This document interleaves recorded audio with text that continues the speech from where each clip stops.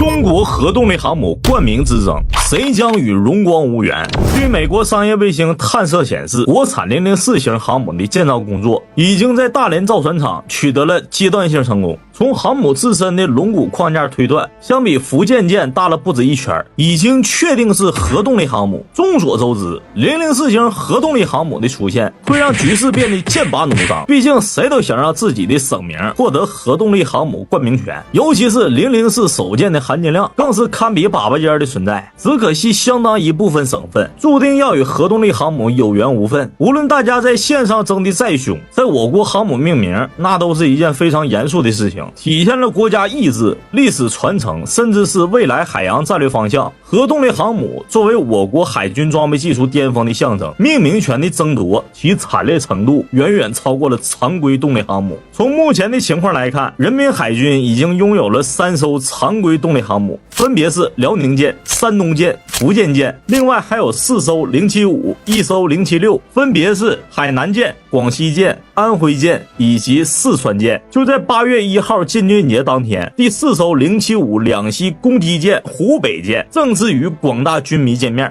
对此，让我们用热烈而诚挚的掌声再度恭喜湖北网友喜提爱舰。想当初湖北网友对于四川网友喜提076两栖攻击舰冠名权也曾给予热烈的祝贺，现在看着眼前崭新的075，不知有何感想？在这里已经有8个省份获得了专属天命战舰，在32个大陆兄弟省份中还剩下24个竞争者，看似非常激烈，实际上首艘核动力航母的冠名权基本属于萝卜岗。因为核动力航母的命名我们是有非常明确的标准，根据历史传统，冠名省份需要是沿海省份，上至辽宁下至海南，总共有13个省级行政区，分别是辽、义、金、鲁、苏、沪、浙、粤、贵、琼、港澳。暂时抛出2个特别行政区，再减去辽宁、山东、福建，就只剩下了河北、天津、江苏、上海、浙江、广东6个省份中，河北省天津市经济实力相对较弱，而且属于非核心战略省份。毕竟航母命名需要考虑到该省份的经济与战略地位，想要获得命名权，要么你得具备支撑航母维护运转的工业基础，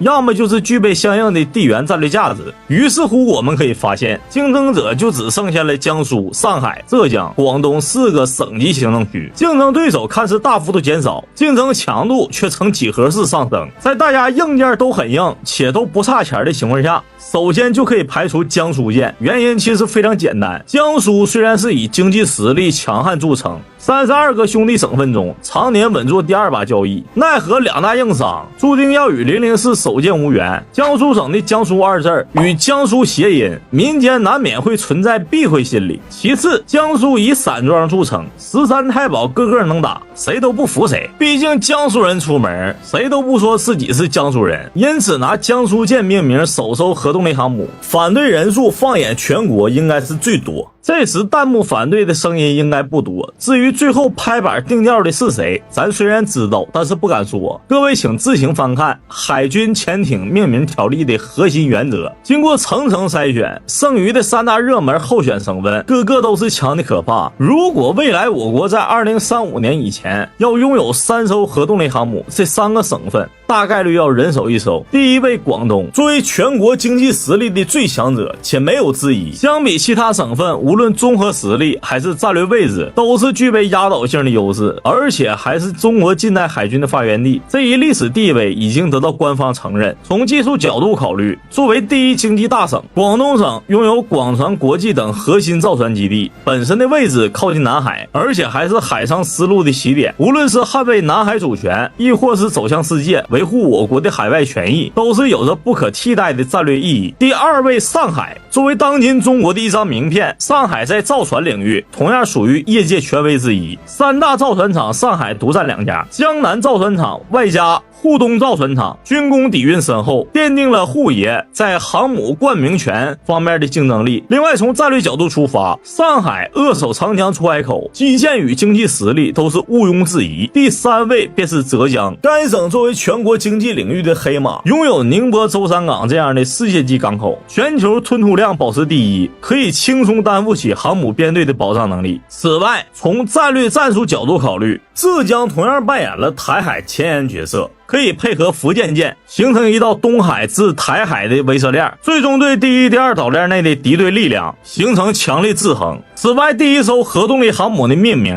还能反映出深层战略信号，命名广东属于提前威慑南海宵小，命名东部省份则是剑指亚太。综上所述，我们大胆预测004首舰广东舰的概率最高。当诸多内陆省份在这场航母冠名权的竞争中黯然退场，殊不知内陆大地的沉默却隐藏着另一种荣耀。没有如愿命名的身份，恰是托举巨鲸入海的大手，在004核动力航母身上倾注了举国心血。来自绵阳的核反应堆工程师，来自酒泉的耐高温材料实验室，武汉的电磁弹射课题组，辽宁鞍山钢铁厂运出的航母特种钢，更有甘肃风厂为船坞输送电流，青海锂矿为舰载机电池注入能量。那无名者的智慧星河才是004巨舰的真正故乡。这艘钢铁巨兽承载的又岂止是一个省份的荣耀？当004有朝一日能够亲身远征深海，届时所有的落选者都将在深海荣光中迎来真正的重生。此时每一寸国土都已经化为航母零件，今日的遗憾终将化为新一轮竞逐的序章，因为中国航母的命名册上永远留着带血的下一页。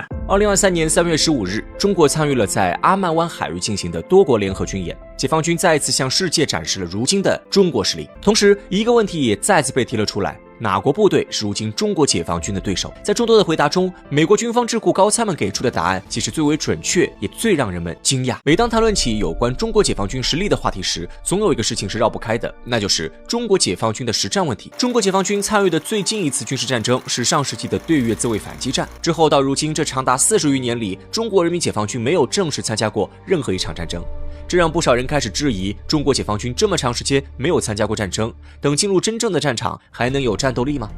虽然解放军已经40余年没有正式参加过战争，但解放军部队的实战训练这几十年间其实从来没有终止过。军事演练一直是和平时期我国锤炼解放军部队战斗力、提高士兵军事能力的主要手段。狭路相逢勇者胜一直是我国解放军部队信奉的真理。反观很多国家的部队，即使真正上了战场，也无法做到如我军一般心性坚毅。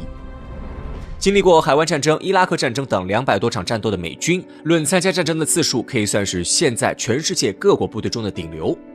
身经百战的美军却在参加阿富汗战争的时候，由于美军士兵害怕当地民众潜入到部队驻地报复，而匆匆撤军回国了。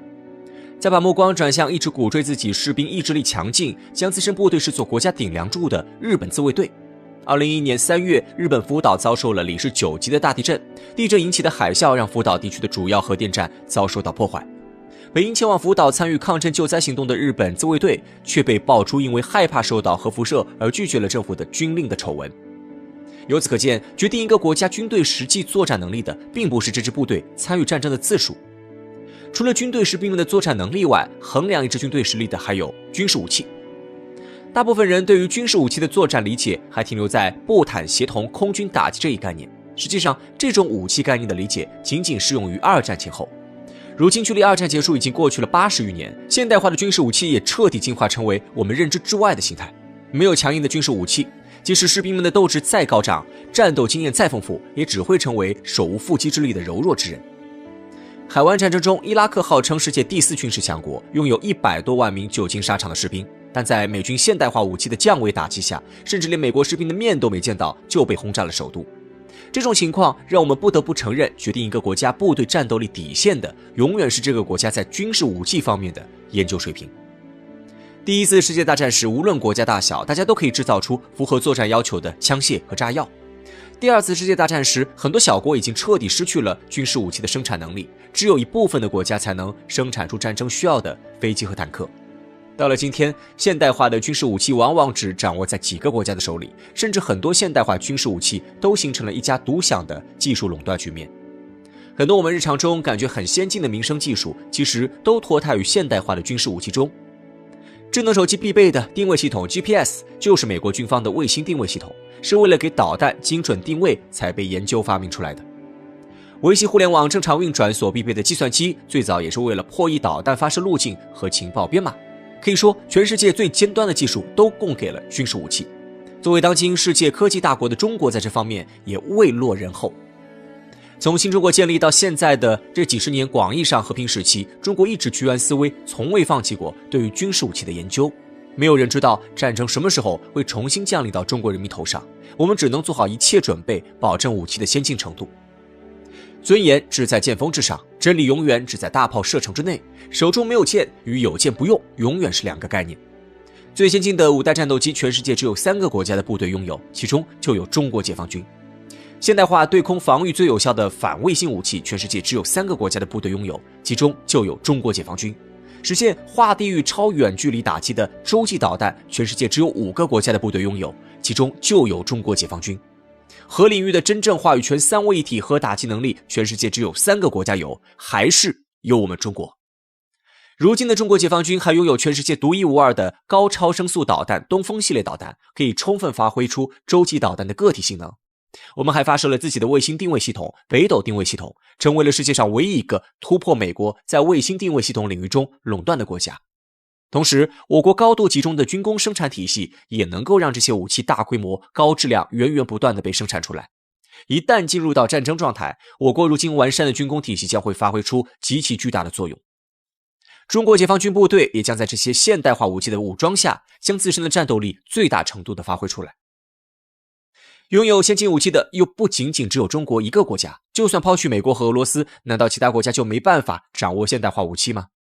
中国在全世界范围内真的拥有独一无二的武器优势吗？在这里可以思考一个问题：假如一个从未拥有现代化武器的国家突然获得了100架最先进的第5代战斗机，这个国家可以成为赶超中国的空军强国吗？答案只有2个字：不能。因为这个国家没有能力生产第5代战斗机一定要的战斗机燃油。如果有战斗机燃油呢？这个国家也无法给这批第5代战斗机配备相应的战斗机维修师。如果有战机维修师呢？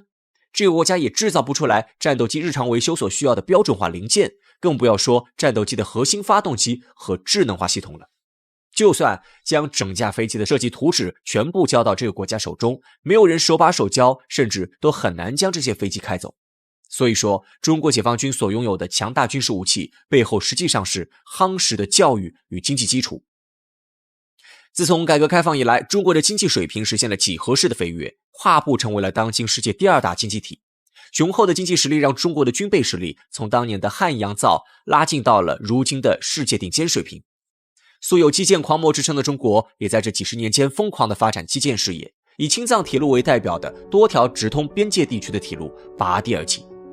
这些铁路直接打通了中国解放军各个战区之间的连接路线，也让各地的军事武器可以通过铁路以最快的速度投放到需要的地方。无论是高原雪山、腹部盆地、荒芜沙漠，还是北原草场，发达的后勤运输投送体系都可以第一时间将军需送到解放军部队的手上。解放军现有的大型运输机和航母更是可以实现多层面立体式运输，将坦克、战机等大型军事武器直接输送到战场上去。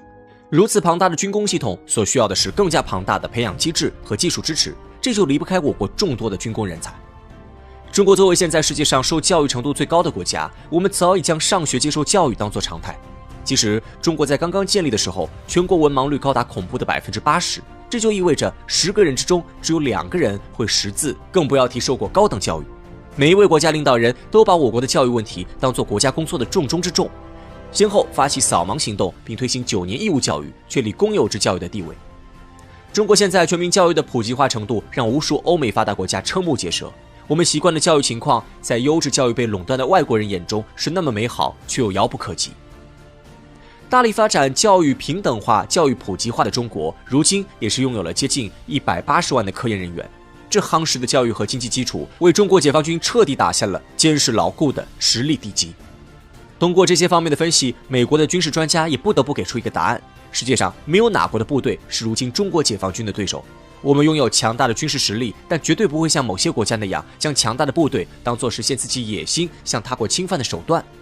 中国解放军部队永远只会保卫祖国、保护人民，永远不会依仗武力干涉他国内政，永远只会是一支维护和平的正义之师。